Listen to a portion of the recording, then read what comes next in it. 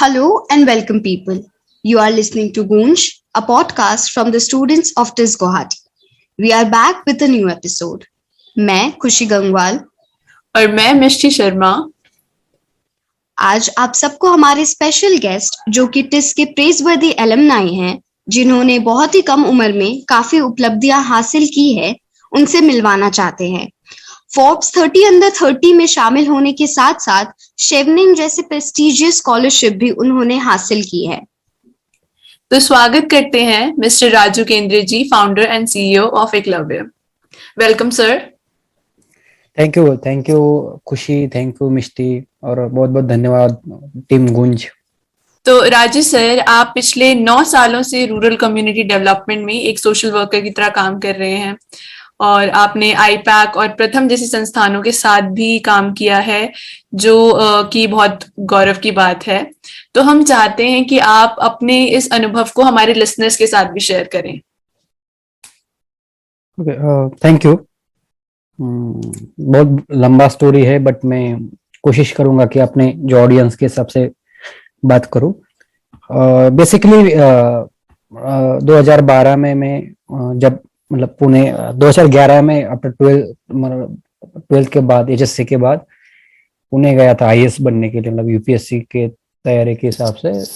तो 12th science के बाद मैंने आर्ट्स ऑप्ट किया था, मतलब बीए को एडमिशन किया था पुणे यूनिवर्सिटी में। तो वहाँ पे लैक ऑफ मेंटरशिप, थोड़ा सा फाइनेंशियल, बाकी सब दिक्कतें, सोशियो इकोनॉमिक कल्चरल बैरियर की वजह से मतलब I have to shift my admission in distance education. तो मुझे ओपन यूनिवर्सिटी जो है स्टेट का वर्नाकुलर मीडियम वाला, तो वहाँ पे एडमिशन लेना पड़ा। तो वैसा मेरा सब एजुकेशन वर्नाकुलर वाला ही है, बट उस टाइम फिर मैं डिस्टेंस में पढ़ रहा था, तब मुझे एक वॉलंटियरिंग अपॉर्चुनिटी मिला जो ट्राइबल एरिया में था, महाराष्ट्र में मेलघाट नाम का एक ट्राइबल बेल्ट है।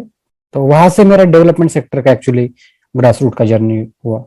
और मेरा जर्नी में एक थोड़ा सा एक्सेप्शनल कुछ चीजें छोड़ के मेरा जर्नी पूरा ग्रास रूट पे रहा। मतलब मैं कोर्स भी जो पढ़ा हूँ टीआईएसएस में, वो रूरल डेवलपमेंट था, जो उसमें 3-4 फील्ड वर्क होते हैं या मोर ओरिएंटेड, मतलब मोर ग्रास रूट ओरिएंटेड कोर्स है। तो मैं उतना फिट नहीं बैठता शायद अपने ये सब डेवलपमेंट सेक्टर के जो प्रोफेशनल लैंग्वेज में, बट मुझे लगता है कि मैं खुद को मानता हूँ कि एक प्रैक्टिशनर हूँ या लर्नर हूँ grass root, because coming from nomadic tribe. तो मेरा खुद का लिव्ड एक्सपीरियंस है, प्रॉब्लम मतलब फर्स्ट हैंड एक्सपीरियंस है विद प्रॉब्लम का, एग्रीकल्चर कम्युनिटी से बैकग्राउंड है।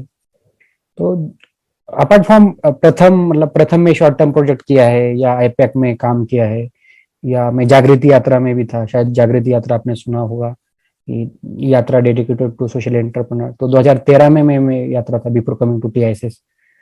उसके बाद भी मैं एक टीम का पार्ट था जागृति यात्रा में। तो ये छोटे छोटे जो अपॉर्चुनिटीज थे, ये 6 सब सेक्टर मतलब 9 साल की जर्नी, तो बहुत कुछ लर्निंग अपॉर्चुनिटी रहा। मतलब 2 साल पहले मेलघाट में काम किया, तो उसके बाद मतलब 2014 में मैंने टीआईएसएस तुलजापुर में एडमिशन किया था मास्टर्स के लिए रूरल डेवलपमेंट। तो मेरा बेस मतलब मैं मानता हूँ कि मेलघाट ट्राइबल एरिया में मैंने जो काम किया 2 साल ग्रास रूट पे, मतलब मैं उसमें जो आप शायद बीएसएस में पढ़ते होंगे या मास्टर्स में एमजी नरेगा आप पढ़ते हो, या right to information, right to education, या रूरल लाइवलीहुड मिशन वगैरह, ये सब चीजें मैंने एक्टिवली ग्रास रूट पे मैं एंगेज था। मतलब एडवोकेसी लेवल पे या पार्टिसिपेशन लेवल पे या मोबिलाइजेशन लेवल। ये पीआरए टूल समझो बाद में आके पता चला, जैसा participatory rural to appraisal, but मैंने प्रैक्टिकली ये चीजें ग्रास रूट पे की थी। तो वो कोर्स समझने में मतलब एट द एज ऑफ 20 मेरा इंग्लिश ये सब चीजें अच्छा नहीं था, तभी कोर्स समझने में थोड़ा आसान हुआ, मतलब टिस तुलजापुर में जब गया था। तो उसके बाद फिर कोई मतलब मैं उड़ीसा में भी था एक फील्ड वर्क के लिए, कालाहांडी नोआपाड़ा डिस्ट्रिक्ट में, या हमने मराठवाड़ा में, वो मेमोरेबल है मेरे के लिए, दोनों तीनों फील्ड वर्क ड्यूरिंग टीआईएसएस में। फिर मराठवाड़ा जो रीजन है इस 2013-14 या 15 का टाइम में, वहाँ पे बहुत एग्रीकल्चर डिस्ट्रेस और फार्मर सुसाइड का रेट ज्यादा था।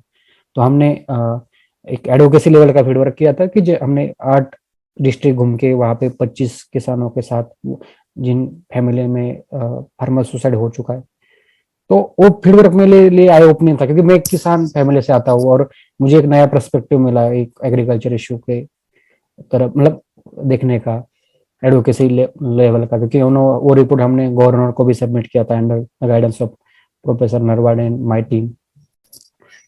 तो वो टीआईएसएस का बहुत लर्निंग एक्सपीरियंस रहा, मतलब मैं आज लंदन में हूँ, मैं उसके बारे में भी आगे बात करूंगा।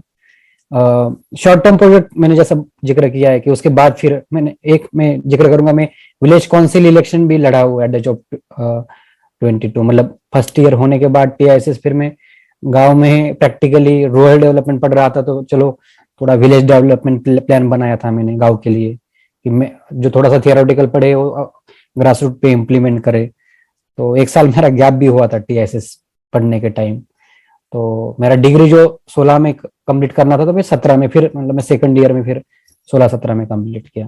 बट वो भी मेरे लिए बहुत ही इंपॉर्टेंट एक्सपीरियंस रहा, मतलब ग्रास रूट कम्युनिटी के साथ, मतलब पॉलिटिकल मोबिलाइजेशन। बट वहां पे भी हमने जो विलेज डेवलपमेंट प्लान बनाया था वो प्रॉपरली जो ह्यूमन डेवलपमेंट इंडेक्स वाले अपने इंडिकेटर है उसको टारगेट करते हुए बनाया था। तो ये थियोरेटिकल इम्प्लीकेशन कर पाया मैं ग्रास रूट पे, वो आज भी काम चल रहा है गाँव के लेवल पे। तो मतलब ये सब बाद में फिर 17 में एकलव्य की शुरुआत हुई, या छोटे मोटे प्रोजेक्ट जो किए, मतलब आईपैक हो या प्रथम हो, ये सब जर्नी में जो जहां जहां में, मतलब एक मेरा अप्रोच रहा है मिष्टी कि मैं हर जहाँ पे भी, मतलब 15 दिन भी काम किया हो या 1 महीना भी काम किया हो, तो मेरा लर्निंग का अप्रोच रहा हो। मैं, मतलब अब तक का जर्नी रहा है मेरा मेजरली 9-10 साल में, तो शुरुआत के 5-6 साल में काम कंट्रीब्यूट करने के हिसाब से नहीं देखता था उसको, मैं लर्निंग के हिसाब से देखता हूँ कि मुझे कुछ नया सीखने को मिलेगा, मुझे कुछ नए लोग मिलेंगे, मुझे नया कुछ इनपुट्स मिलेगा। तो वही भी आज भी वो अप्रोच मेरा है, मतलब आज मैं थोड़ा सा प्रैक्टिस ओरिएंटेड या कुछ कंस्ट्रक्टिव लेवल पे सोचता हूँ, बट मेरा अप्रोच हर दिन वही रहता है कि मैं आज नया कुछ, कोई आप समझो आपसे कुछ डिस्कस करूंगा तो एक नया कुछ सीखने को मिलेगा। तो वो मेरा अप्रोच रहा है आज ये 9-10 साल की जर्नी में। तो यही कहूंगा, बाकी आप आगे समझो कुछ सब क्वेश्चन होंगे तो पूछ ली प्लीज। हाँ सर, ये काफी काबिले तारीफ की बात है कि आप इतने छोटे उम्र में इतने नेक काम में लगे हैं और जरूरतमंद लोगों की मदद कर रहे हैं। सर, जैसा कि आपने मेंशन किया कि आप खुद एक ट्राइबल रूरल कम्युनिटी से बिलोंग करते हैं और बुल्धाना महाराष्ट्र जैसे छोटे से गांव से लेकर एसओएस यूनिवर्सिटी ऑफ लंदन तक का सफर आपने तय किया है। ऐसे बैकग्राउंड से आने के कारण आपके पास सुविधाओं की कमी रही होगी, तो आपने इतना लंबा सफर कैसे तय किया और आपको क्या-क्या मुश्किलों का सामना करना पड़ा? जैसा कि आपके साथ भी क्लास में बहुत बच्चे होंगे कि, मतलब स्टूडेंट होंगे कि जो मेरा ही बैकग्राउंड रिप्रेजेंट करते होंगे। जैसा कि मेरा स्कूलिंग है कि मैं वर्नाकुलर, मतलब गवर्नमेंट स्कूल में पढ़ा हूँ, जिला परिषद आप जो बोलते हैं, या आप सिटी से होंगे तो कॉर्पोरेशन स्कूल होते हैं, तो कॉर्पोरेशन कंपेरेटिवली थोड़ा सा एक्सेस और बाकी चीजें होती, बट पूरा स्कूलिंग जो है मेरा एजुकेशन के हिसाब से, मतलब वर्नाकुलर मीडियम में रह चुका है टिल 10th और 11th-12th साइंस भी था, तो थोड़ा सा रट्टा टाइप था। बट चैलेंजेस तो, मतलब कमिंग फ्रॉम विदर्भ रीजन, जो आपको शायद सुना होगा कि Vidarbha region is in famous for agriculture distress and farmer suicide. तो माँ बाप किसानी करते, माँ जी और पिताजी का पढ़ाई प्राइमरी भी कंप्लीट नहीं हुआ, नॉमिनल ट्राइब में अर्ली चाइल्ड मैरिज का, मेरे माँ पिताजी का शादी भी उस 1980s में शायद एट द ऑफ 8-9-10 हुआ होगा उनका शादी। तो माँ का बचपन में बहुत सीखने का मन था, बट शायद 8-9-10 उम्र में शादी हुआ तो ससुराल आ गई। फिर माँ का एक, मतलब दोनों का था कि हम नहीं पढ़े पर बच्चे पढ़ने चाहिए, उतना इतना उनका इतना ओरिएंटेशन नहीं था, बट वो हमको मोटिवेट कर देते हैं हमेशा। तो हमारा ये पहला जनरेशन है वो जो ग्रेजुएशन तक पढ़ा, मेरे भाई भी हो जो आज सिक्योरिटी में काम करते हैं एक जगह, बट मुझे थोड़ा सा एक्सपोजर अलग मिला, क्योंकि मैं फिर एक प्राइमरी एजुकेशन के बाद थोड़ा डिस्ट्रिक्ट लेवल पे गया, तो वहाँ पे सोशल जस्टिस डिपार्टमेंट के हॉस्टल में रहा। तो वो मेरा कम्युनिटी के साथ बहुत अच्छा मतलब, क्योंकि सोशल जस्टिस डिपार्टमेंट में पूरा ऑल ऑल बैकग्राउंड से लोग आते हैं, सब जो अपना मार्जिनलाइज सेक्शन के बच्चे होते हैं, मतलब वो सब बच्चे एक जगह रहते हैं हॉस्टल में, वो इंटरेक्शन तो डायरेक्ट इंटरेक्शन कम्युनिटी के साथ हुआ। मतलब वो ओरिएंटेशन बहुत इंपॉर्टेंट मानता है, क्योंकि हॉस्टल में रहने का लाइफ ही अलग होता है। तो उसमें सोशल जस्टिस वाले हॉस्टल जो हमारे होते हैं, उसमें तो अलग ही एक माहौल होता है सीखने के, मतलब मैं उस तरीके से देखता हूँ उसको। फिर मैंने जैसे आगे पहले ही बताया कि 11th-12th के बाद जब मैं आईएएस बनना था, आईएएस भी बनना था कि उस एट द एज ऑफ 18 जो आपके, तो शायद आपके से थोड़ा सा उस टाइम थोड़ा सा उम्र कम होगा, 1-2 साल, बट ये सोचता कि मेरे पिताजी उस टाइम कोई मतलब ये भी था कि कलेक्टर बनेगा तो डिस्ट्रिक्ट का हेड रहेगा और अच्छा सा काम कर पाएगा। पिताजी जैसे हजारों लाखों लोग हैं, उनके लिए काम, माँ पिताजी जैसे लोग हैं, उनके लिए काम कर पाएंगे। बट क्या पता था कि मतलब एक हायर एजुकेशन के लिए आपको, मतलब क्वालिटी हायर एजुकेशन के लिए आज मतलब 400 किलोमीटर जाना पड़ा मुझे, मतलब मेरा गांव छोड़ के पुणे जैसे शहर में जाना पड़ा। तो जो बैरियर था ना, मतलब मैं इस पे बड़ा नहीं, मतलब वो आज भी याद होता है। 2000 मतलब 10-11 साल पहली बात है जब मैं पुणे गया था। तो जो जब कोई समझो आप कोई बच्चा गांव से दिल्ली जाता है या मुंबई जाता है या पुणे जाता है या गुवाहाटी जैसे शहर में जाता है, तो जो सोशियो इकोनॉमिक कल्चर बैरियर होता है बहुत बड़ा हो जाता है उसके लिए। तो वो लाखों हजारों स्टूडेंट जो आज भी सामना करते, वो मैंने उस टाइम सामना किया, बट मैं टिक नहीं पाया। मैं बहुत कोशिश किया कि आज भी हम मानते हैं कि हमारे सोसाइटी में लिबरल आर्ट होगा या सोशल साइंस होगा, इन चीजों को उस नजरिए से देखते नहीं। मतलब दुनिया भर में हार्वर्ड, ऑक्सफोर्ड, कैम्ब्रिज का हम बात करते हैं, वो लिबरल आर्ट्स या ह्यूमैनिटीज की वजह से दुनिया में टॉप कर रहे हैं। बट हमारे इंडिया में आज भी जो वैल्यूज लिबरल आर्ट या सोशल साइंस या ह्यूमैनिटीज की वो वही उस टाइम मुझे भी बीए को एडमिशन था, इसलिए मुझे कुछ हॉस्टल नहीं मिला, या वो बोल रहे थे कि आप बीएससी को चाहिए था एडमिशन, दो आपको 12वीं में अच्छा परसेंटेज है। तो ठीक है, मतलब 3-4 महीना में कोशिश किया, बीपीओ जो कॉल सेंटर वहां पे काम करने का कोशिश किया, बट मेरा मराठी भी गांव वाला मराठी था, तो वहां पे भी मैं टिक नहीं पाया। तो फिर पुणे अनफॉर्चुनेटली मुझे उस टाइम छोड़ना पड़ा। वो इमीडिएट कोई ऐसा मेंटर भी नहीं था कि यार ये मतलब कॉलेज के डेट्स भी गए थे उस टाइम निकल के, तो फिर नहीं टिक पाया। मतलब कोशिश किया बहुत, मेरा एक 10-11 साल की जर्नी में मैं मेरे लाइफ में मतलब 80-90% फेलर ही मैं बोलूंगा, 3/4 मेरे लाइफ में फेलर ही आ चुका है।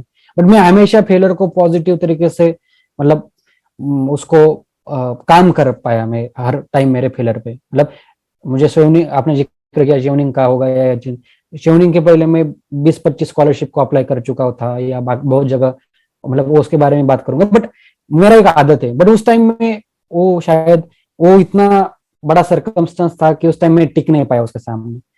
मुझे वो एडमिशन, फिर पुणे यूनिवर्सिटी वाला एडमिशन, फिर मुझे जो मैंने एक मॉडर्न कॉलेज में दिया था शिवाजी नगर पुणे में, तो मैंने वो एडमिशन पुणे डिस्टेंस में शिफ्ट किया।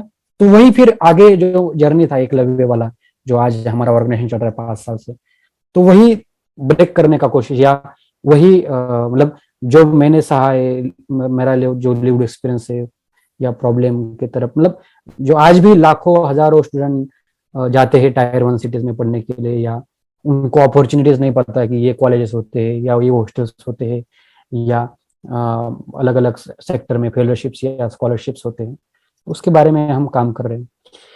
तो वो जो कष्ट या वो मेहनत है या वो प्रॉब्लम का थोड़ा कम करने का कोशिश एकलव्य के माध्यम से हम कर रहे हैं। उसके बहुत सारे प्लान भी आगे अब मैं शेयर करूंगा। बट फिर उसके बाद में भी जब टीआईएसएस में गया, लैंग्वेज का दिक्कत था, सॉफ्ट स्किल का दिक्कत था, आज भी है बहुत सारा, कि मतलब आज मैं लंदन में पढ़ रहा हूँ, बट जो आर्टिकुलेशन होता है या कम्युनिकेशन होता है, मतलब coming from that area, but एक कॉन्फिडेंस है कि जो हमारे पास लिव्ड एक्सपीरियंस है, फर्स्ट हैंड एक्सपीरियंस है विद प्रॉब्लम, तो ये हमारा पोटेंशियल है, ये हम इसको, मतलब मेरा मानना है खुशी, कि जिन्होंने प्रॉब्लम सहा है, जिन्होंने प्रॉब्लम जिया है, वो उस प्रॉब्लम को ताकत से एड्रेस कर पाते। तो और ये सब प्रोसेस में मतलब मैं डिस्टेंस में एडमिशन किया, फिर टीआईएसएस में बहुत सारे जगह एक्सप्लोर किया। आज सुहास में पढ़ रहा हूँ, जो भी डेवलपमेंट स्टडी में जाना माना नाम है, दुनिया भर का 5 नंबर का रैंकिंग यूएस में। तो ये सब जर्नी में एक लर्निंग अप्रोच रह चुका है। फेलर बहुत जगह आते हैं, आज भी आते हैं, और उसमें उस तरीके से स्वागत भी करता हूँ, एक्सेप्ट भी करता हूँ और उस पर काम करता हूँ। मतलब प्रॉब्लम्स तो है, मतलब बहुत सारे बिटवीन द लाइन, मतलब मैं उसका ये बहुत सारी चीजें मैं यहाँ शेयर नहीं कर पाऊंगा, बट मैं उसको पॉजिटिव तरीके से ही देखते आया हूँ, इसलिए शायद यहाँ तक पहुंच पाया हूँ। मतलब हम जब गांव से मतलब मुझे याद है खुशी की, जब मैं मेरा गांव 400 किलोमीटर था पुणे से, तो 400 किलोमीटर मतलब ट्रैवल से, या हमारे पास ट्रेन कनेक्शन मतलब ट्रेन लाइन भी नहीं था उस टाइम, तो हम ट्रैवल बस से या कोई प्राइवेट बस से जाना पड़ता, तो उसका टिकट 400-500 था। तो मेरे गांव से ट्रक, प्राइवेट जो गुड्स कैरियर जो होते ट्रक, तो उससे मैं ट्रैवल करता था उस टाइम। मतलब मेरा जितना भी पुणे को ट्रैवलिंग हुआ बच में वगैरह उस टाइम, या उसके बाद भी जब मैं जाता था, तो वो ट्रक से ही हम जाते थे। तो बहुत सारे मतलब वो भी मेरे लिए, क्योंकि मेरे गांव के दोस्त थे, उनके साथ इंटरेक्शन, वो सब चीजें आज भी मैं बहुत ज्यादा जब जाता हूँ, थोड़ा सा मतलब बचत भी करना है फाइनेंशियल, तो उनके साथ इंटरेक्शन करते हुए जाता हूँ, उनका भी लाइफ समझ में आता है क्या चल रहा है। मतलब मेरे गांव में मेरे मेरे मतलब उस बैच से मैं अकेला है वो कि वो बाहर अच्छा पढ़ाई करने गया। बहुत सारे लोग अपने मतलब गांव में, मतलब आज भी बहुत सारे लोगों का दिक्कत है। Thank you sir. और इतनी मुश्किलों और फेलियर्स के बावजूद आपने हार नहीं मानी और उससे कुछ नया सीखा हर बार। तो ये हम सबके लिए, और स्पेशली जो मार्जिनलाइज कम्युनिटी से बिलोंग करते हैं बच्चे, उनके लिए एक बहुत बड़ी इंस्पिरेशन है। तो जैसे कि हम सभी जानते हैं, शेवनिंग स्कॉलरशिप सिर्फ 2 से 3% एप्लीकेंट्स को ही मिल पाती है, और ये उनकी नेतृत्व क्षमता, लीडरशिप क्वालिटीज का प्रतीक है। तो सर, जब आपको और आपके परिवार वालों को पता लगा कि आपको शेवनिंग स्कॉलरशिप मिली है, तो आप सभी का क्या रिएक्शन था, क्या प्रतिक्रिया थी आपकी? टीआईएसएस के बाद में, तुलजापुर के बाद में तुरंत chief minister rural development fellowship में काम किया था महाराष्ट्र गवर्नमेंट के साथ, लगभग एक 17-18 महीने यवतमाल में। तो वहां पे उस टाइम थोड़ा सा एक न्यूज आया था लोकल न्यूज़पेपर में, वो आज भी घर में मतलब है। तो तो ऐसा मैंने मतलब मेरा बात होता था माँ पिताजी को, मतलब अपने एकदम लोकल लैंग्वेज, माँ मैं ऐसा कोशिश कर रहा हूँ, मुझे और पढ़ना है। मैं मतलब उनको पता है कि 2-3 साल से ये कोशिश तो कर रहा है, कुछ ट्राई कर रहा है, पर उनको ज्यादा मतलब उनके हिसाब से। बट जब फोन किया कि माँ ऐसा कुछ मिला है मुझे स्कॉलरशिप, तो उनको लगा जैसा वो मतलब महाराष्ट्र गवर्नमेंट का मिला होगा, मतलब अच्छा है। तो उनको लगता है कि कहीं माँ पिताजी को कुछ अच्छा होगा बच्चे का, तो उनको ऑब्वियसली है कि चलो अच्छा है आपका, तो ज्यादा टेंशन लेता है तेरा। मतलब मैं जब फेलर आता हूँ ज्यादा बताता हूँ नहीं घर पे, बिल्कुल, तो जो अच्छी बात है बिल्कुल फोन करके पहले बताता हूँ। तो वो तो हमेशा टेंशन लेता है, तो मुझे मिल जाता है। बट जब 2-3 दिन बाद मीडिया सब घर पे आ गए, मराठी मीडिया, लोकल मीडिया, तो उनको लगा, फिर माँ बोलती इतना बड़ा है क्या यार ये, मतलब मराठी में कि इतकं मोठं आहे का भाई ये, तुला भेटलंय ते, म्हणजे की म्हणजे ऑब्वियसली मतलब जनरली होता है ना कि शिवनिंग जैसा स्कॉलरशिप है कि एक तो विदर्भ जैसा एरिया है, मराठवाड़ा जैसा एरिया है, मिलता है भी है तो आप सुनते हैं दिल्ली, मुंबई या पुणे या मतलब टायर 1 सिटीज से ही ज्यादा लोग, मतलब 1980 स्कॉलरशिप है। तो ऑब्वियसली उनका भी मतलब उनको मीडिया इंटरव्यू, उन्होंने भी बहुत सारे इंटरव्यू उस टाइम भाई दिए, लोगों ने भी स्टोरी बहुत मतलब मीडिया ने भी, लोकल मीडिया ने बहुत कवर किया था स्टोरी। तो उनको नहीं था, मतलब फोर्ब्स के बाद में भी माँ पिताजी को फोन किया था। उस टाइम भी मैंने बोला था कि कि ऐसा एक बुक है उसमें 30 लोगों का नाम आता है और उसमें मेरा एक नाम है। मैंने बोला, वो जब मुझे महीना भर पहले पता चला था तभी बताया था। मैंने बोला ठीक है, अच्छा है, तुम अच्छा मतलब ऐसा था। बट जब मीडिया घर पे गया तो बोले इतना बड़ा है क्या ये भी मतलब उनको उनके हिसाब से, बट वो हमेशा खुश होते हैं, मतलब उनको अच्छा लगता है। ऑब्वियस है किसी आपका आपके माँ पिताजी को भी आप कुछ अच्छा न्यूज बताएंगे तो उसको वो खुशी होंगे, मतलब वो न्यूज बहुत यार। मैं उसके अलावा मैं ये बात करूंगा कि जैसा कि शिवनिंग मिलने के बाद बहुत सारा लोकल मीडिया ने कवर किया, या जिस तरीके से लोगों ने वो, क्योंकि ये होता है ना कि आपका स्टोरी भी रिलेट कर पाता है, ग्रासरूट का बच्चा, गांव का बच्चा, ट्राइबल हैमलेट का बच्चा, तो बोलता है कि "अला, राजू तो जिला परिषद स्कूल में पढ़ा है, गवर्नमेंट स्कूल में पढ़ा है, डिस्टेंस एजुकेशन में डिग्री किया है, हम तो फुल टाइम डिग्री कर रहे हैं, ये लंदन जा सकता है, शेवनिंग ले सकता है, तो हम भी ले सकते हैं।" तो ये रिलेट कर पाते हैं ना। तो इस बार मैं खुशी का बात बोल रहा हूँ, लास्ट टाइम में महाराष्ट्र में अकेला स्कॉलर था शेवनिंग, और वो भी एकदम agricultural background, farmer background, nomadic tribe background, और फर्स्ट जनरेशन लर्नर। तो इस बार 10 लोग इंटरव्यू के लिए, जो जिनको मैंने 1-to-1 बात किया, या जो हमने हमारे एकलव्य इंडिया के यूट्यूब चैनल पे 4 सेशन किए, मतलब तो वो अवेयरनेस हो गया। और TISS से भी बहुत सारे लोग इस बार अप्लाई कर रहे हैं, तो बहुत अच्छा बात है। तो कहना चाहता हूँ कि जब कोई मार्जिनलाइज या ग्रास रूट के बच्चे को, स्टूडेंट को ये ऐसा प्लेटफॉर्म मिलता है, तो वो डिसेंट्रलाइज होने का, या उसको मतलब उसको ग्रास रूट तक पहुंचने को बहुत मदद हो जाता है। नहीं तो ऐसे प्लेटफॉर्म तो पता ही नहीं होते। जैसा मतलब हम अभी ग्लोबल मेंटरशिप प्रोग्राम भी शुरू कर रहे हैं, तो मैं बिल्कुल आह्वान करता हूँ इस प्लेटफॉर्म के माध्यम से अपने कोई स्टूडेंट्स है, marginalise, first generation learner, minority, ये सब जिनको बैकग्राउंड नहीं एजुकेशन का, फाइनेंशियल बैकग्राउंड नहीं, उनके लिए हम फ्री ऑफ कास्ट 1 साल का मतलब ग्लोबल मेंटरशिप प्रोग्राम भी आगे लॉन्च कर रहे हैं, कि जिस माध्यम से हम ज्यादा से ज्यादा अपने बच्चे ग्लोबल एजुकेशन में, global quality education, higher education ले पाए, और अपना लीडरशिप अच्छा बना के अपने सोसाइटी के लिए, देश के लिए, अपने एरिया के लिए कंट्रीब्यूट कर पाए।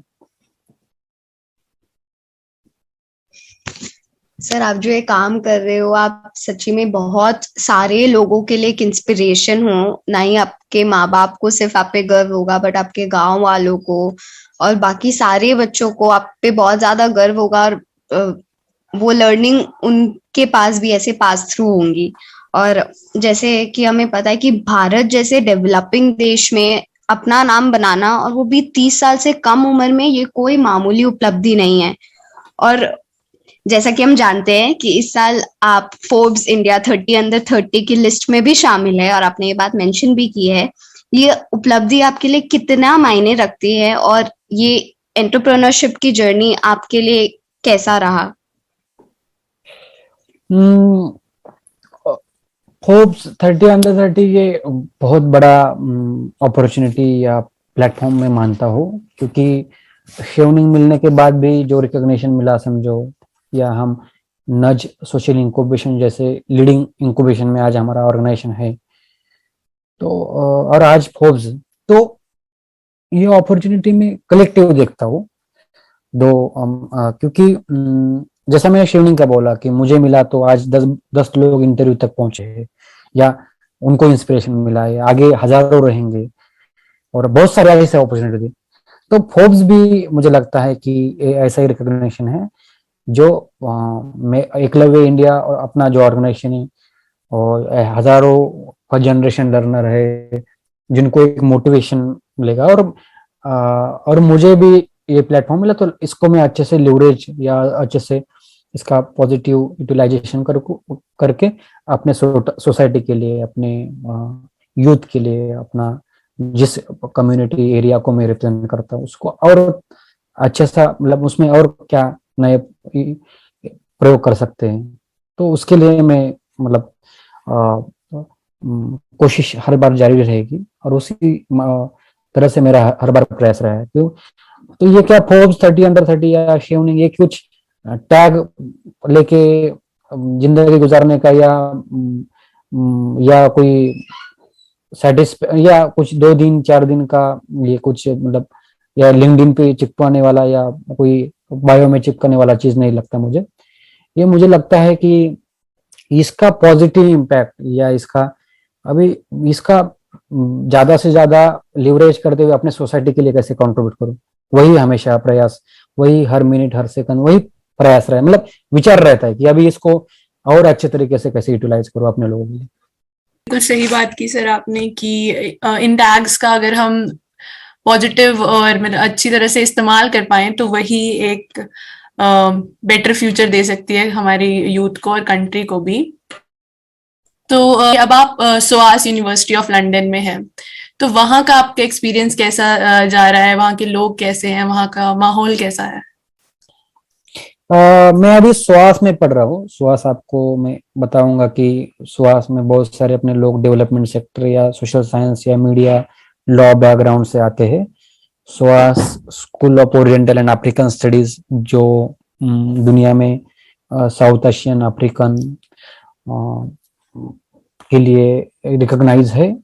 डेवलपमेंट स्टडीज में मतलब जैसा मैंने बोला कि उसका रैंकिंग भी अच्छा है, तो मेरा ऑलरेडी मतलब मैं वैसे भी हमारा टीआईएसएस में भी मतलब बहुत सारी चीजें मुझे सिमिलर लगती है, बट एक जो ग्लोबल एक्सपोजर हो जाता है वो बहुत इंपॉर्टेंट है। As a coming from nomadic tribe community, first generation learner community, central India जैसे बेल्ट से आता हूँ, जहाँ पे आज भी आपको बेसिक एक्सेस नहीं है हायर एजुकेशन का, क्वालिटी प्राइमरी एजुकेशन का या हेल्थ का।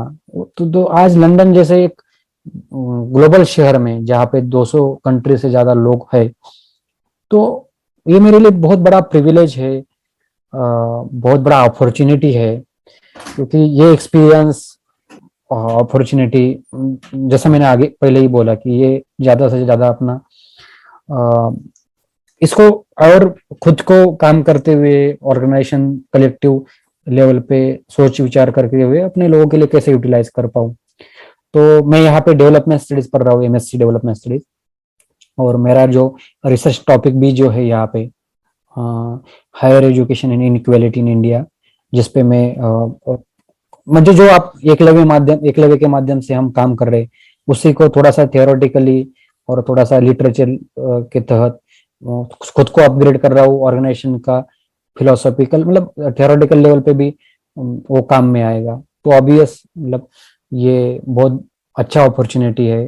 दो मेरा ये सेकंड मास्टर्स है, बट कुछ मॉड्यूल है जैसा एड एंड डेवलपमेंट मॉड्यूल है जो दुनिया भर का एड पॉलिटिक्स में उसमें समझ में आ रहा है कि ग्लोबल एड कैसा वर्क होता है, तो ये लॉन्ग टर्म में बहुत यूजफुल रहेगा।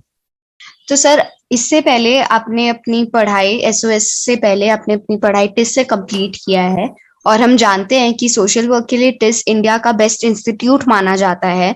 तो आपने यहाँ से क्या क्या सीखा और वह किस तरह आपकी जर्नी में काम आया? आपने कैसे उसे अपनी जर्नी से रिलेट किया टिस की सारी एक्सपीरियंस को? इम्पोर्टेंट सवाल है, क्योंकि वैसा मेरा एकेडमिक पूरा वर्नाकुलर में रहा है, या अपना ट्रेडिशनल जो एजुकेशन का अप्रोच है वो क्रिटिकल नहीं होता ना, कि रट्टा मार लिया या टीचर ने जो बोला वो पढ़ना है। मतलब जो मैं पढ़ा हूँ, शायद आपका स्टोरी अलग होगा। तो जो टीआईएस मतलब डिस्टेंस एजुकेशन में तो डायरेक्ट आपको एग्जाम ही देना है, वहां पे तो कोई इंटरेक्शन ही नहीं। तो टिल ग्रेजुएशन उतना एक्सपोजर एकेडमिकली नहीं था, समझो थोड़ा बहुत वो डिस्ट्रिक्ट लेवल के स्कूल पे कुछ एक्सपेरिमेंट होते थे, तो वहां पे भी हम गांव से आते तो वो इंफीरियर कॉम्प्लेक्स बहुत कुट कुट के भरा था अंदर। बट टीआईएसएस में जब गए तो रूरल डेवलपमेंट कोर्स था, तो ये फीलिंग था कि क्योंकि मैं टीआईएसएस का इंटरव्यू में जब बात कर रहा था तो मेरा इंग्लिश अच्छा नहीं था, मैंने मिक्स इंटरव्यू दे के आया था, तो मैंने ग्रास रूट का एक्सपीरियंस बताया था। तो मतलब मैं जो रोजगार हमें एमजी नरेगा या बाकी चीजें, तो फिर वो कॉन्फिडेंस धीरे धीरे मतलब मेरा वो इंग्लिश पहला सेमेस्टर में तो इंग्लिश का बहुत दिक्कत गया था मेरे को। मेरे कुछ दोस्त थे, निम्मी है जो मेरे बैच में गोल्ड मेडलिस्ट थी, तो ऐसे लोगों ने मुझे बहुत साथ में बिठा के प्रॉपरली मतलब थोड़ा एकेडमिक में सपोर्ट किया।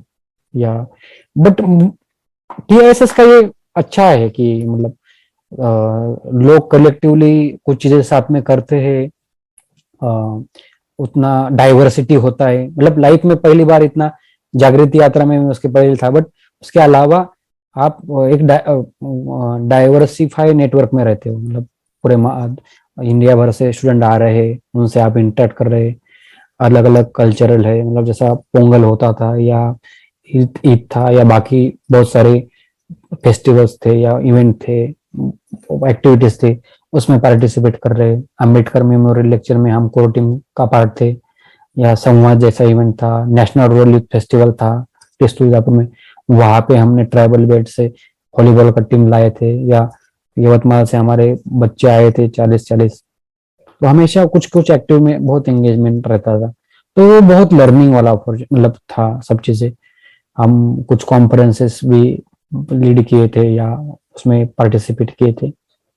तो हर एक एक्टिविटी, हर एक इवेंट, हर एक ये मतलब बहुत फील्ड वर्क का, जैसे मैंने पहले ही बोला कि तीनों फील्ड वर्क जो इम्पोर्टेंट है, एक एडवोकेसी वाला फार्मर सोसाइटी पे जो किया था, या जो माइक्रो प्लानिंग का फील्ड वर्क था, एक गांव में हम स्टे कर रहे थे, वो भी बहुत, और एक नोआपाड़ा में जो हम थे, मतलब एडमिनिस्ट्रेशन के साथ या नॉन गवर्नमेंटल ऑर्गेनाइजेशन के साथ, एनजीओ के साथ। ये बहुत लर्निंग वाला, मतलब उसके पहले 2 साल ग्रासरूट पे काम किया था, बट ये थ्योरेटिकली या उसको एक नजरिया मिला अलग से। मतलब एक नजरिया था ना कि पहले गांव में, पहले था कि एक गांव में रह के जिंदगी भर अच्छा काम करेंगे, ऐसा मतलब वो थोड़ा सा उस उम्र का सोच था। बट टीआईएसएस में बाद एक ब्रॉड विजन मिला कि एक एक एक एक, एक समस्या है तो उसको पॉलिसी लेवल पे कैसे एड्रेस कर सकते हैं, या एडवोकेसी लेवल पे कैसे एड्रेस कर सकते हैं, या उसको ब्रॉड पर्सपेक्टिव से कैसे देख सकते हैं। तो एक पॉजिटिव चीजें, बहुत सारे फैकल्टीज मिले, अच्छे मेंटर्स मिले, गाइड मिले। वहाँ पे भी मैंने डिसर्टेशन, मेरा रिसर्च रूरल मतलब यूथ वाला पार्टिसिपेशन इन डेवलपमेंट प्रोसेस लिखा था, जो मेरा मतलब विलेज काउंसिलेशन का जर्नी था। और मैं जो ग्रासरूट पे मतलब इलेक्शन का मतलब जो मैंने एक इनिशिएटिव किया, उसमें भी टीएस फर्स्ट ईयर का मतलब जो थ्योरेटिकल एक्सपीरियंस बहुत काम में आया। और उसके अलावा ये भी सामने आया कि और मतलब एक जो मार्जिनलाइज सेक्शन का रिप्रेजेंटेशन है टीआईएसएस जैसा जगह। अल्टीमेटली टीआईएसएस तो हम बात करते हैं ना कि कल जाके सोशल डेवलपमेंट लीडर बनने चाहिए, तो वहां पे रिप्रेजेंटेशन कम दिखा। हम हमारे बैच में तो 3-4 ही लोग थे जो उस बैकग्राउंड का मतलब क्लास में या उसके बाद में 2 बैच का समझो पार्ट था। तो वो फर्स्ट जनरेशन लर्नर है या वो थोड़ा सा गैप देखा कि और एक डाइवर्सिटी चाहिए। तुलजापुर में तो कम से कम ठीक ठाक था समझो, बट मुंबई जैसा कोर्सेस है, बाकी जैसा तो वो सामने था कि उस पे काम होना चाहिए। तो फिर उस लेवल का आगे जाके फिर काम भी हमने शुरू किया। बट वो भी लर्निंग ही था मेरे लिए कि सब प्रोसेस में आते हुए आप आगे देखते हैं। तो वो तो 2 साल मतलब एकेडमिकली बहुत अच्छा रहा टीएसएस का, क्योंकि आज भी मैं जब लंदन में सुहास में पढ़ रहा हूँ तो मुझे और मतलब बहुत सारी चीजों की एकेडमिकली याद आती रहती है, क्योंकि वो मतलब वो मुझे लगता है आज भी 5 साल हो गए मतलब डिग्री लेते हुए, बट वो इम्पैक्ट आज भी है बहुत सारे, मतलब आज भी कुछ चीजें रिलेवेंट है या इम्पोर्टेंट लगती है। बेशक सर, टिस हर एक एलुमनाई, हर स्टूडेंट की जर्नी और सफलता में एक अहम हिस्सा निभाता है। और जैसा कि आपने बताया ही, तो आपका इनिशिएटिव एकलव्य है, इसने महाराष्ट्र के ग्रामीण इलाकों के 300 से ज्यादा बच्चों को हायर एजुकेशन दिलाने में मदद की है, जो कि काफी सराहनीय काम है। तो इसके पीछे की क्या सोच थी और एकलव्य का जन्म कैसे हुआ? जैसा मैंने शुरुआत में ही बताया कि मेरा खुद का लिव्ड एक्सपीरियंस जो है, या मेरे जैसे हजारों स्टूडेंट है, लाखों स्टूडेंट है आज भी, जिनका आज भी दिक्कतें मतलब सामना करना पड़ता है हायर एजुकेशन का। बेसिक तो एक्सेस ही नहीं है इंफॉर्मेशन का। कम से कम हम थोड़ा घूमे बाहर, अलग अलग प्लेटफॉर्म पे गए तो हम लोगों से मिले, लोगों ने हमको बताया इंफॉर्मेशन। जब हम ट्राइबल एरिया में काम कर रहे थे तब हमको कुछ वॉलंटियर मिले, उन्होंने टीआईएसएस जैसा इंफॉर्मेशन, टीआईएसएस जैसा इंस्टीट्यूट का बात बताया, कॉन्फिडेंस दिया। मतलब बट हम जब पुणे गए थे शुरुआत में 11 में, तब हमको कोई बताने वाला नहीं था, तो बहुत सारे लोगों के साथ यही स्टोरी है। तो वही लिव्ड एक्सपीरियंस, जो first hand experience with problem या ये सब, तो वही डायरेक्टली इनडायरेक्टली मोटिवेट किया। जब टीआईएसएस में था, बहुत सारे दोस्त थे, उनके साथ डिस्कशन होता था। प्रशांत जो है आज एकलव्य में को फाउंडर है, फुल टाइम काम कर रहे हैं 1 साल से। तो ऐसे बहुत सारे लोगों से, लाइक माइंडेड लोगों से चर्चा होती थी कि ऐसा प्लेटफॉर्म होना चाहिए। शुरुआत में हमने डिसेंट्रलाइज ऑफ रिसोर्सेस का बात किया, मतलब हर गांव में लाइब्रेरी या रिसोर्स सेंटर होने चाहिए। उसके लिए हमने लगभग 30,000 बुक्स भी कलेक्ट किए थे। वो मतलब अर्बन सिटीज से, पुणे, मुंबई, ठाणे जैसे बेल्ट नाशिक और टायर 1 सिटीज से, तो हम गांव में डोनेट करते थे।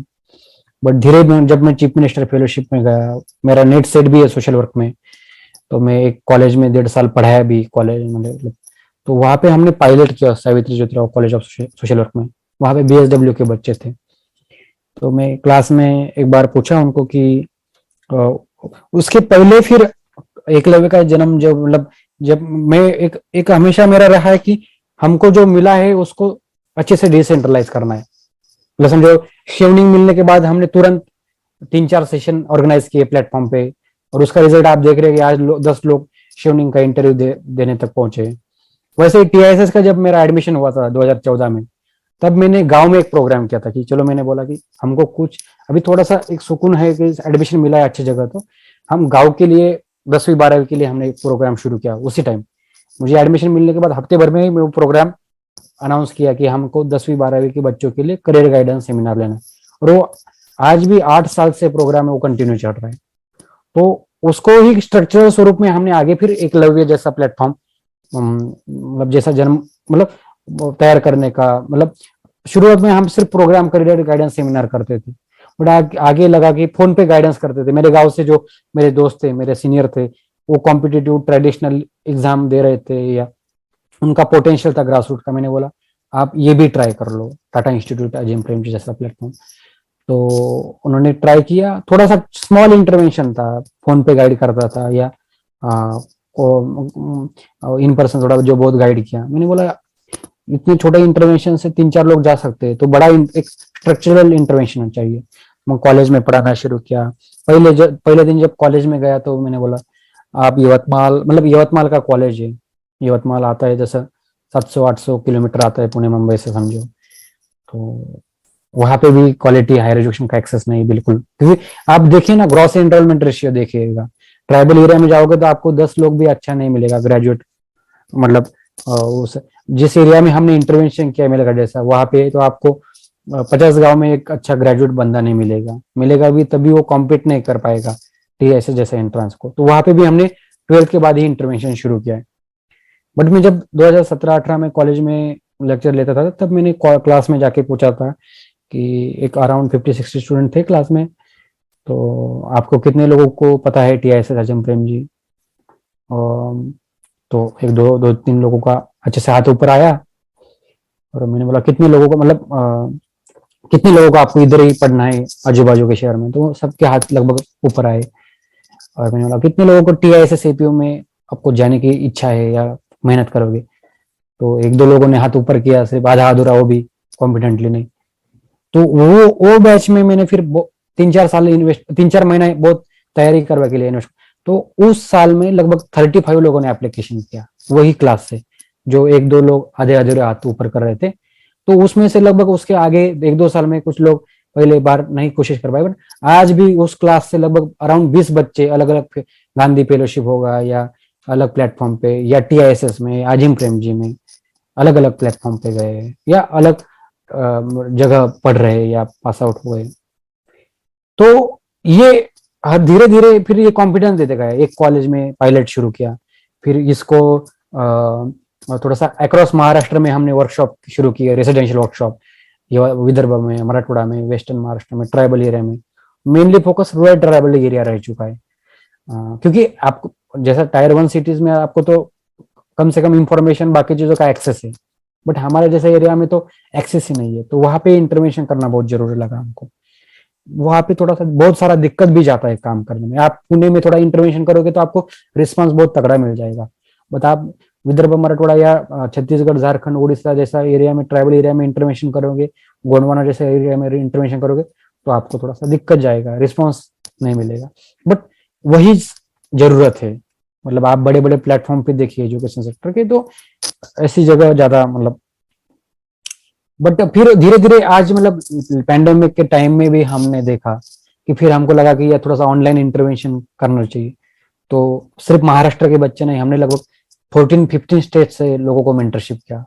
कुछ बच्चे इवन नॉर्थ ईस्ट से भी थे, साउथ से थे, नॉर्थ से थे, तो लगभग 14-15 राज्यों से बच्चों को मेंटरशिप किया। तो अराउंड अभी 350 बच्चे अपने अलग अलग प्लेटफॉर्म पे पढ़ रहे हैं। कुछ लोग फेलोशिप्स में पढ़ रहे हैं। लास्ट ईयर हमारे 20 बच्चे गांधी फेलोशिप जैसे ये रिकॉग्नाइज स्कॉलरशिप में, फेलोशिप में काम कर रहे हैं और खुद का लीडरशिप पे मतलब काम कर रहे हैं। TISS है, अजीम प्रेमजी यूनिवर्सिटी है, अपना IIT डेवलपमेंट स्टडीज या ह्यूमैनिटीज के नए कोर्सेस है, सेंट्रल यूनिवर्सिटीज है, Delhi school of social work है, या JNU जैसा प्लेटफॉर्म है।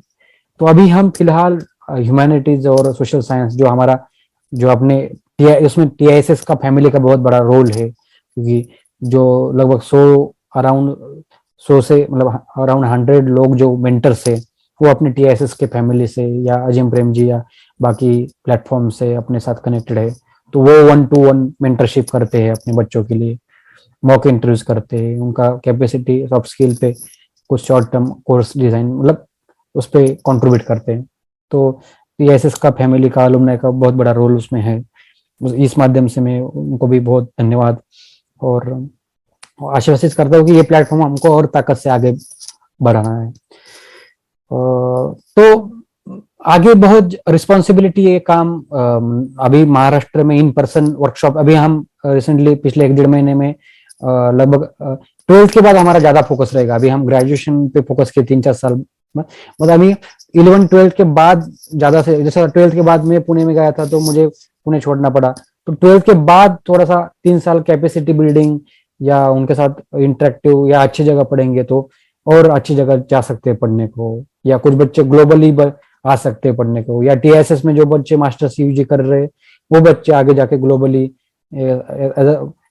शेवनिंग होगा, कॉमनवेल्थ होगा, फुलब्राइट होगा, बड़े बड़े स्कॉलरशिप प्रोग्राम वहां पे आगे अपना लीडरशिप करके और अपने सोसाइटी के लिए, देश के लिए कंट्रीब्यूट कर सकते हैं। तो वो भी सोच है लॉन्ग टर्म में। और अभी डेवलपमेंट ह्यूमैनिटीज पे फोकस है, तो आगे जाके लॉ, मीडिया, आर्ट, कल्चर, सब जो सेक्टर है जहाँ पे ग्रास रूट लीडरशिप का मुझे लगता है जरूरत है, वहां पे हम हर जगह सेक्टर में धीरे धीरे हम, इवन मेडिकल होगा, स्टेम होगा, साइंस टेक में भी बहुत जरूरत।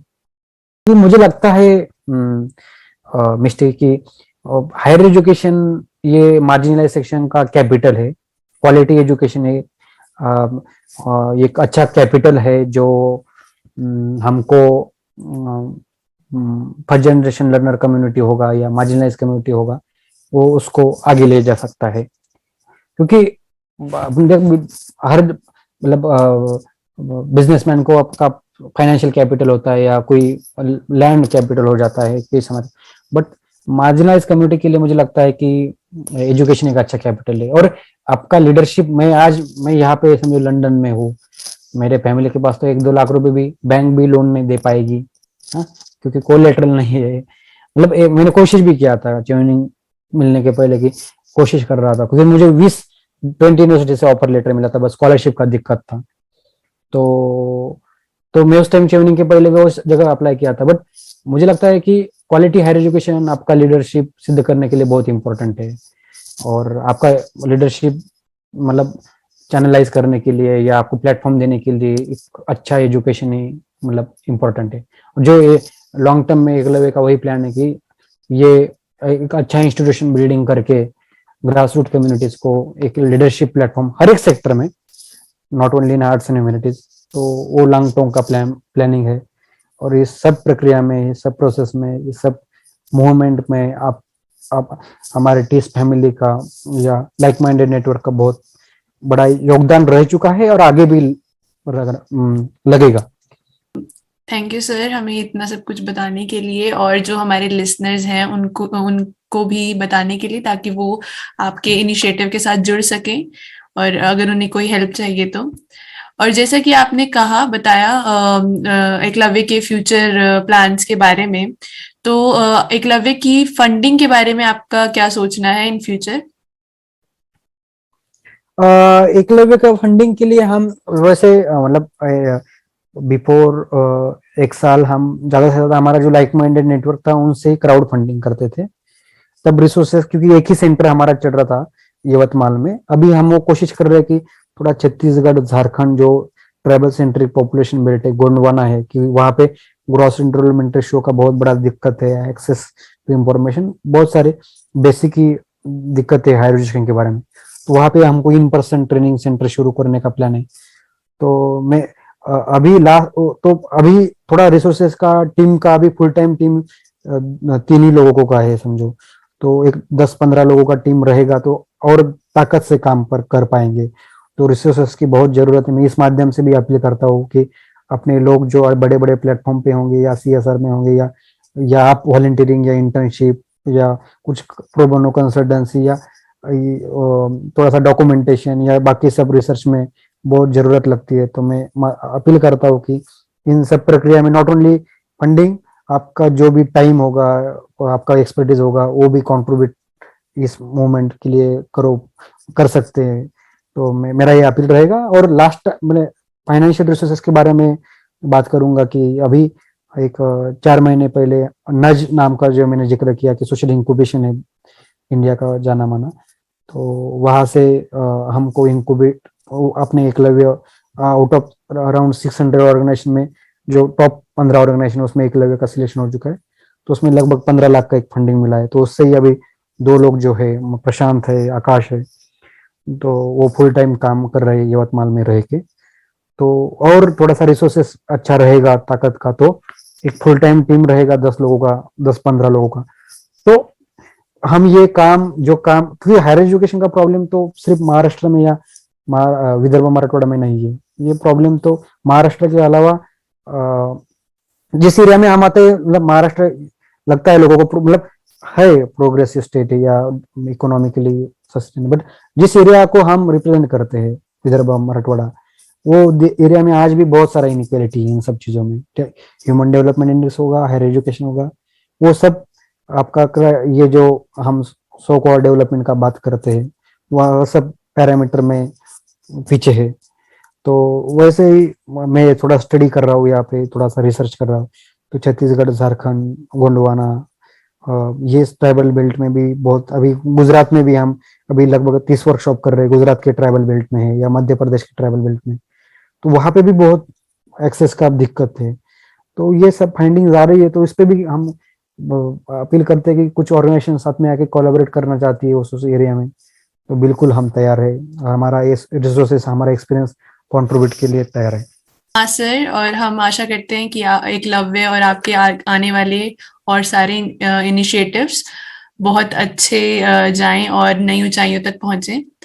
तो आज के एपिसोड के अंत में हमारे लिसनर्स को क्या आप कोई संदेश देना चाहेंगे? संदेश तो कुछ संदेश देना इतना अभी तक मतलब सीख ही रहे हम भी, तो कुछ कर रहे, बट हमारा मानना है कि एक नया जनरेशन है जो है, मतलब मैं इतना भी मतलब अंडर 30 हूँ मैं बट मैं बोलूंगा कि थोड़ा सा एक इथिकली, मॉरली और प्रामाणिक जो बोलते हैं हम, थोड़ा इन्वेस्टमेंट किया टाइम का, मेहनत का, तो एक अच्छा रिजल्ट आ सकता है।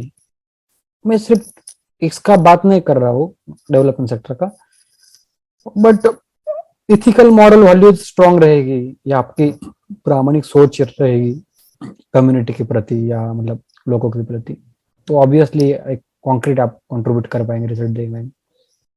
और मुझे लगता है कि ये अपने सेक्टर में, डेवलपमेंट सेक्टर में ये बहुत इंपॉर्टेंट बात है, क्योंकि हमारे ये TISS से बड़ा इंस्टीट्यूट है हमारा, कि यहाँ से डेवलपमेंट लीडर, और इंडिया में हमारा, भारत में इवन स्वास्थ्य में भी जैसे इंस्टीट्यूट में या ग्लोबली भी हमको रिकॉग्निशन है। तो यहाँ से बड़े डेवलपमेंट लीडर तैयार होते हैं या हो रहे हैं पिछले काफी सालों से, दशकों से। तो एक ग्रासरूट लीडरशिप का हमने बात करना चाहिए, क्योंकि बड़े जितने भी डेवलपमेंट सेक्टर के ऑर्गेनाइजेशन है, नॉन प्रॉफिट ऑर्गेनाइजेशन है, वहाँ पे बहुत सारा ग्रासरूट कम्युनिटी का रिप्रेजेंटेशन कम है। तो मैं फिर एक अपील करूंगा कि जितने भी अपने हिम्पति का लीडर है, डेवलपमेंट लीडर है, उन्होंने ग्रासरूट कम्युनिटी को, मैं एक्सेप्ट करता हूँ थोड़ा सा सॉफ्ट स्किल का, डॉक्यूमेंटेशन का, ये सब दिक्कत होता है, बट अपॉर्चुनिटी देना चाहिए। बहुत सारे लोग हैं खुद पे काम करते, मेहनत करते, वो उनको थोड़ा सा टाइम देंगे या उनमें थोड़ा सा इन्वेस्ट करोगे तो वो बिल्कुल सिद्ध करेंगे ये। और ये क्योंकि जिस एरिया से, बैकग्राउंड से लोग आते हैं, वो लीड एक्सपीरियंस होता है उनका प्रॉब्लम के प्रति, समाज के प्रति, तो वो अच्छे से कंट्रीब्यूट कर पाएंगे इस सेक्टर में, सब मतलब ईच एंड एवरी सेक्टर में बोलूंगा। तो वहां पे हमारा मॉरल रिस्पॉन्सिबिलिटी बनता है कि ग्रास रूट कम्युनिटी को लीडरशिप देना चाहिए, यही मैं बोलूंगा। धन्यवाद। सर, आपने इतने सारे बच्चों को राह दिखाई है और भारत के युवा को एक बेहतर भविष्य की ओर आप लेके जा रहे हैं, जिसके लिए हम काफी शुक्रगुजार है और हमें आप पे गर्व है। और जो कि हम एपिसोड के अंत में आ गए हैं, हम आपका धन्यवाद करते हैं कि आपने अपने बिजी शेड्यूल में से हमारे लिए समय निकाला। नहीं, बहुत बहुत धन्यवाद। आप बहुत अच्छा प्रयास कर रहे हैं और गुंज नाम ही अच्छा लग रहा है हमको पॉडकास्ट का। तो आपको भी बहुत बहुत धन्यवाद खुशी, मिष्टी, आपके सारे टीम को। ऐसा ही काम करते रहेगा और जो बच्चे हमारे या मार्जिनलाइज बैकग्राउंड से आते हैं उनको भी सपोर्ट करते रहेगा। Thank you. Thank you, sir. And guys, that's all for today's episode. Hope you guys learned something new and are motivated by Raju sir's story. Also, if you like this episode, please follow us on Spotify so that you don't miss the next one. Also, don't forget to check us out on Instagram at @tis_goonj. You can also send us your queries and feedbacks at podcastgoonj@gmail.com. Thank you for listening and have a great day.